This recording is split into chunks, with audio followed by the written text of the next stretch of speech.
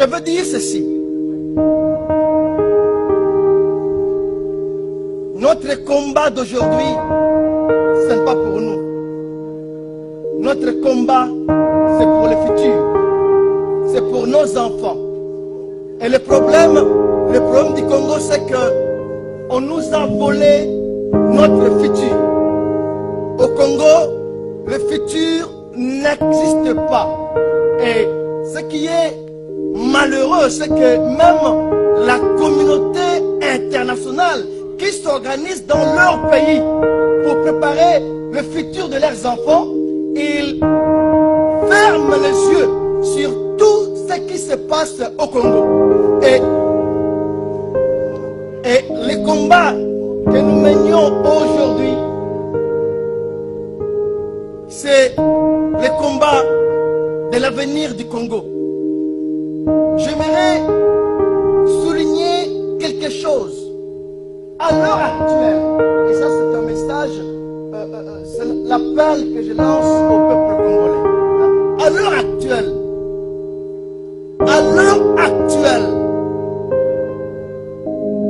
nous ignorons une chose,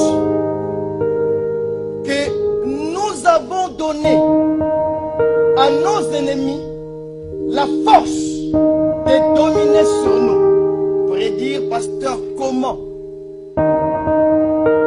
Nos comportements, nos divisions, nos haines tribales, nos religions, nos critiques, c'est ça ce qui fait que l'ennemi commence à régner sur nous. Et nous arriverons à gagner si d'un seul homme comme le 4 janvier, nous nous lèvons. Vous regardez à l'autre, vous ne dites pas qu'il est Mungwande ou qu'il est Muluba, ou qu'il est musulman, vous vous dites qu'il est congolais. Nous nous tenions le main.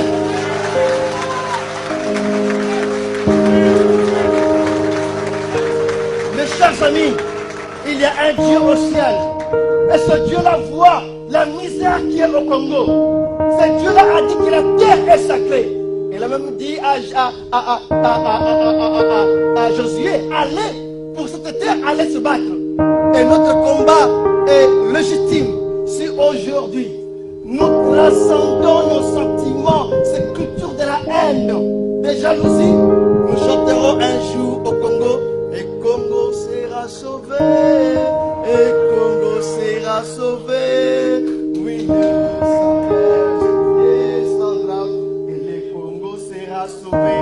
la division, la haine, la moquerie, la polémique, c'est ça qui empêche pour que nous évoluions. Mais dès que vous remarquez tel frère qui était X, mais il commence à parler votre langage, notre langage, ensemble, je crois que nous arriverons, voilà le mot qui est sorti, à sauver ce pays qui est déjà dans le gouffre. Eh bien, les conséquences, ce sera nos enfants. Et le pasteur a bien parlé. Il dit, oh, nos enfants nous demanderont, qu'est-ce que vous avez pu faire, vous, qui êtes ici? Je tiens à remercier la Pareco pour tous les messages, pour le travail abattu, pour la libération du peuple congolais. Et je souligne, nous devions apprendre à transcender nos sentiments. Nous devions apprendre à oublier des choses passées. Nous devions apprendre à regarder le frère comme ton frère à toi. Et ainsi, nous arriverons à la victoire. Pour terminer, je dirais ceci. Nous sommes au moment où on peut se dire, qu'est-ce que tu as? Toi, qu'est-ce que tu as pour attaquer là-bas? Celui qui a tel, celui qui a ça, celui qui a ça, si on le met ensemble, sincèrement, on y arrivera. On ne peut pas, même à l'Amérique, ne peut pas dominer ou gagner un peuple uni. Un peuple uni, c'est la force. Un peuple uni, c'est la victoire. Un peuple uni, c'est la libération. Et dans tout cela, quand on se réunit, devions vrai parler ce langage.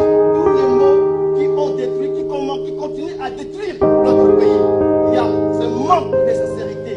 Il applaudit ici dans la salle, mais dehors, il est autre chose. Manque de sincérité. La deuxième chose, c'est l'hypocrisie. Nous, Congolais, nous sommes souvent des hypocrites.